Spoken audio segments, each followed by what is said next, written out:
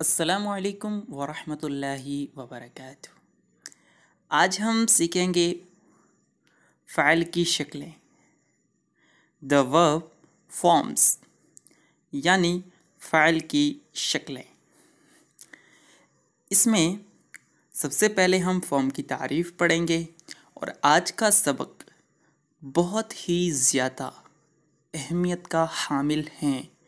अगर हमने इसे नहीं समझा और समझने के साथ साथ इसे अच्छी तरह याद नहीं किया तो यकीन जानिए आप अगले असबाक में कुछ भी नहीं समझ पाएंगे और फ़ायदा भी नहीं उठा पाएंगे।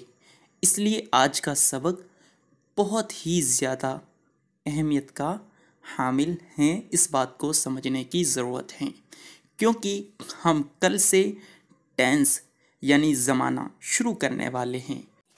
अगर आपने इस सबक को याद कर लिया और इससे पिछले असबाक भी आपके जहन नशीन होंगे तो आप टेंस बहुत ही ज़्यादा आसानी से समझ पाएंगे।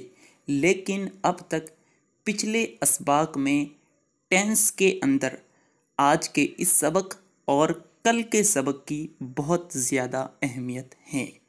इसलिए पिछले असबाक की भी दोहराई करते रहें और हमारे साथ हर दिन का सबक पढ़ते चले जाएं। तो चलिए आज का सबक बिना देरी किए शुरू करते हैं।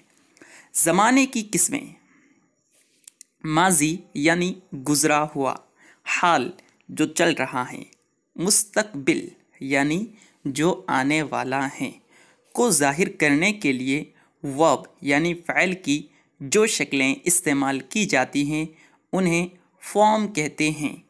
यानी अगर हम किसी काम के माजी में, पास्ट में होने को बताना चाहते हैं, इसी तरह हाल यानी प्रेजेंट, इसी तरह फ्यूचर मुस्तकबिल में किसी काम के होने के बारे में अपने जुमले के अंदर बताना चाहेंगे तो अगर किसी भी वर्ब को, फ़ाइल को अगर हम उस ज़माने की तरफ डालना चाहेंगे तो उसके लिए ज़रूरी होगा कि हम फॉर्म्स को सीखें, क्योंकि फॉर्म्स ही के ज़रिए से एक लफ्ज़ के माने को ज़माने के अंदर कन्वर्ट किया जाता है।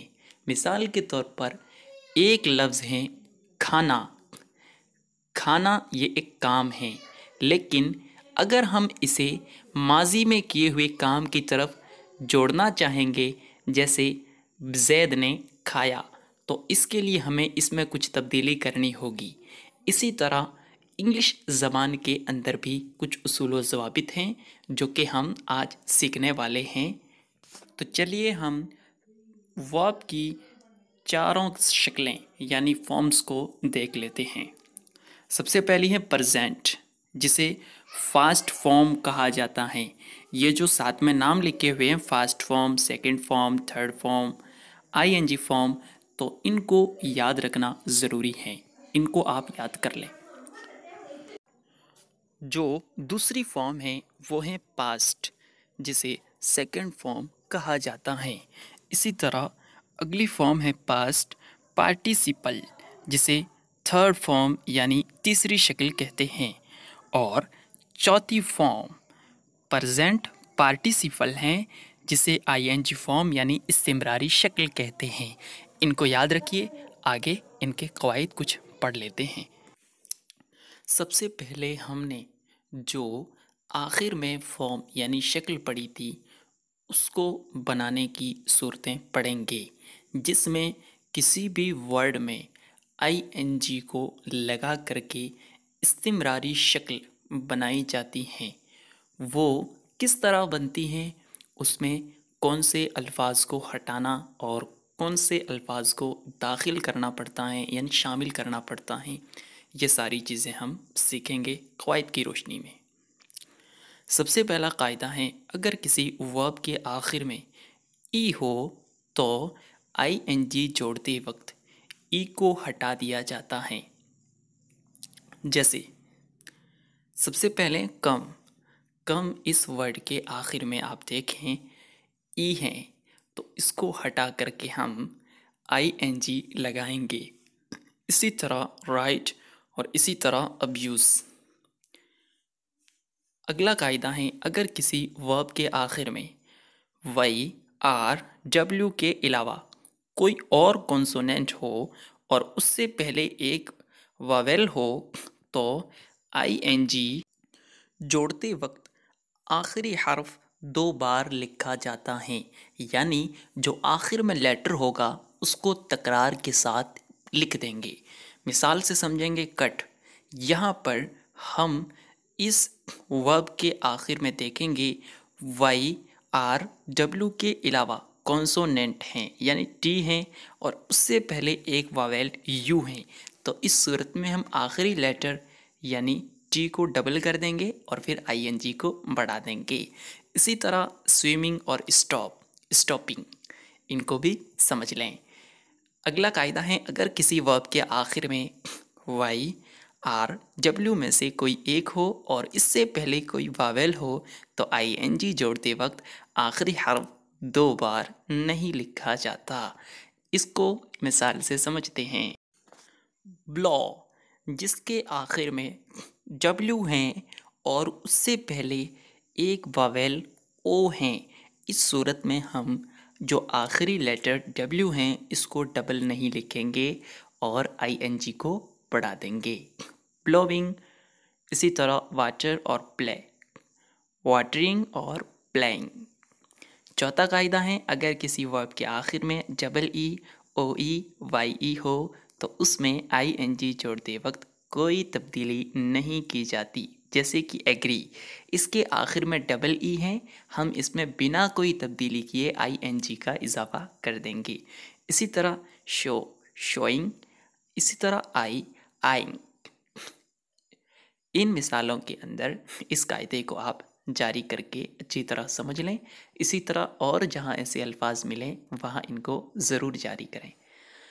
अगला कायदा पढ़ते हैं, अगर किसी वर्ब के आखिर में आई ई हो तो उसमें आई एन जी जोड़ते वक्त आई ई को वाई में बदल देते हैं। जैसे डाई, इसके आखिर में आई ई है तो इस आई ई को हम वाई में कन्वर्ट कर देंगे, यानी इसे हटाकर वाई को बढ़ा देंगे और फिर हम आई एन जी लगा देंगे। इसी तरह लाई के अंदर भी हम करेंगे कि हम आई ई को हटा देंगे और आई एन जी को बढ़ा देंगे। अब हम पढ़ते हैं आई एन जी लगाने का एक और कायदा, यानी कि आखिरी कायदा। वो है, अगर किसी वर्ब के आखिर में सी हो तो उसमें आई एन जी जोड़ते वक्त सी के बाद के बढ़ा दिया जाता है। जैसे फ्रॉलिक, इसके आखिर में सी है और अब हम अगर आई एन जी बढ़ाएंगे तो हम इस सी के बाद के का इजाफा कर देंगे और इसे फ्रॉलिकिंग इस तरह बना देंगे। इसी तरह अगली मिसाल आप समझें, मिमिक। ये थे 6 कायदे जिनके ज़रिए से हम आखिरी जो वर्ब की फॉर्म हमने पढ़ी थी, इस्तिमरारी शक्ल, उसको समझा और उसको बनाएंगे। लेकिन अब हम पढ़ते हैं वर्ब की मुख्तलिफ़ शक्लें, जो कि फर्स्ट फॉर्म, सेकंड फॉर्म और थर्ड फॉर्म हमने पढ़ी थी। वो याद रखिए, वर्ब की मुख्तलिफ़ शक्लें अल्फाज की रद्दो बदल से बनाई जाती हैं। इसके बनाने का कोई कायदा कुल्लिया नहीं है, मगर कभी कभी जो तरीके उमूमन इस्तेमाल किए जाते हैं वो हम आपके सामने रखने जा रहे हैं। सबसे पहली सूरत, कभी कभी किसी वर्ब के आखिर में डी या ईडी लगाकर दूसरी और तीसरी शक्ल बनाई जाती है। जैसे कि फास्ट फॉर्म में आस्क, इसके आखिर में हम ईडी बढ़ा देंगे और इस बढ़ा देने से ये सेकंड फॉर्म भी बन जाएगी और वही थर्ड फॉर्म भी कहलाएगी। जैसे आस्क्ड, आस्क्ड, इन दोनों के अंदर हमने ईडी का इजाफा करके इसको सेकंड और थर्ड फॉर्म बना दिया। आईएनजी फॉर्म बनाते वक्त हम आईएनजी सीधा इसके साथ जोड़ देंगे और इसकी मीनिंग है पूछना। इसी तरह कॉल, कॉल के अंदर भी हमने ईडी का इजाफा करके ये शक्ल बना दी। और आखिरी मिसाल है क्लॉज। इसके आखिर में हमने डी का इजाफा किया तो इसकी दूसरी फॉर्म बन गई यानी सेकेंड फॉर्म, और तीसरी शक्ल यानी थर्ड फॉर्म भी इसी तरह बन गई। और आईएनजी के अंदर हम, क्योंकि इसके आखिर में ई है तो उसको हटा करके आईएनजी बढ़ा दिया, क्लोजिंग हो गया। पढ़ते हैं इसकी दूसरी सूरत।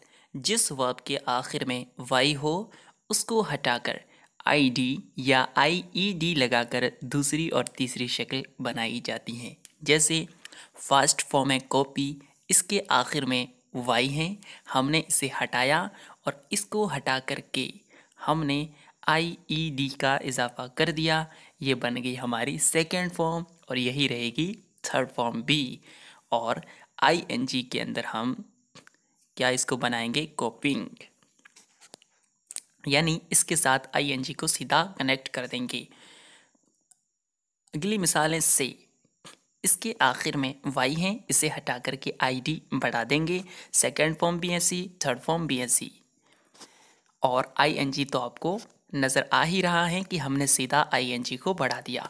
इसी तरह रिप्लाई, इसके आखिर में वाई है, हमने वाई को हटा दिया और उसकी जगह पर क्या कर दिया, आईईडी का इजाफा कर दिया।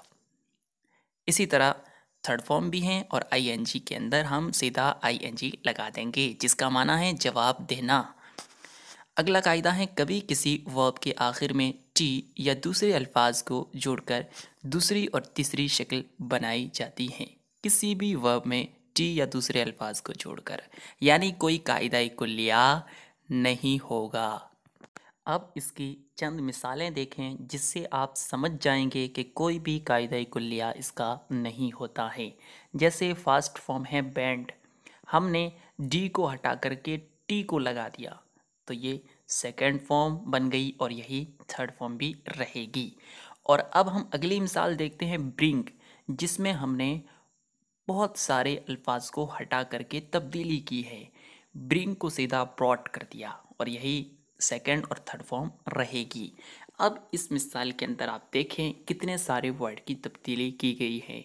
तो असल उसूल यही है कि इसमें कोई कायदा कुल्लिया नहीं है। आप जितना इंग्लिश ज़बान को सीखते चले जाएंगे ये सारी चीज़ें ऑटोमेटिक आप सीखते चले जाएंगे। अब हम अगली मिसाल देखते हैं बिल्ड। अब देखें आप, इसके अंदर हमने डी को हटा करके टी को बढ़ा दिया और ये सेकंड और थर्ड फॉर्म बन गई। तो ऐसा होता है कि जिस तरह हम अरबी के अंदर बहुत सारे कवायद और बहुत सारी चीज़ें हम देखते हैं कि वो कयासी होती हैं, और इसी तरह बहुत सी ऐसी होती हैं जो सिमाई होती हैं, उनमें कवायद नहीं चला करते हैं। तो हम उन्हें अरबी जैसे जैसे पढ़ते चले जाते हैं वैसे वैसे सीखते चले जाते हैं। तो ठीक इसी तरह आप यहाँ पर भी जैसे जैसे इंग्लिश के वर्ड आपके सामने आते चले जाएंगे आप उन्हें सीखते चले जाएंगे। अब हम कुछ और आपको मिसालें दिखाते हैं जिससे आप अच्छी तरह समझ जाएंगे कि इनका कोई कायदा नहीं होता है। नंबर 4, कभी कभी वर्ब तीनों फॉर्म में एक ही रहता है, यानी एक जैसा ही रहेगा। जैसे बैट बैट बैट एक ही जैसा है, कट कट कट एक ही जैसा है। और इसी तरह अगली मिसाल लेट लेट लेट, ये एक ही है। तो ऐसा भी हुआ करता है। तो इनका कायदा नहीं है, फिर भी हम आपको बता रहे हैं। इसकी वजह यह है कि आपको पता रहे कि ऐसा भी हुआ करता है। जैसे 5 नंबर पर एक और चीज़ आप देखें कि कभी कभी वर्ब किसी कायदे के बगैर तीनों फॉर्म में अलग अलग हो जाता है। जैसे कि अवेक, अवॉक और अवेकन तीनों सूरतों में अलग अलग है। इसी तरह आगे की दोनों मिसालें आप देखेंगे, अराइज, अरोज और अराइजन। इसी तरह ईट, एट, ईटन। तो इनमें अल्फाज पूरे ही बदल गए, यानी इनमें बहुत सारी तब्दीली आई और बिना किसी कायदे के ये तब्दीली इनमें वाक़ हुई है। तो आपको चाहिए कि आप इंग्लिश की जिस बुक को भी पढ़ें तो उसमें फॉर्म को ज़रूर चेक करें कि ये वर्ब है तो इसकी कौन सी फॉर्म यहाँ पर इस्तेमाल की गई है। उम्मीद करता हूँ आपने इन चीज़ों को समझ लिया होगा और मेरी बात को अच्छी तरह सीख लिया होगा। अस्सलामु अलैकुम वरहमतुल्लाहि वबरकातुहू।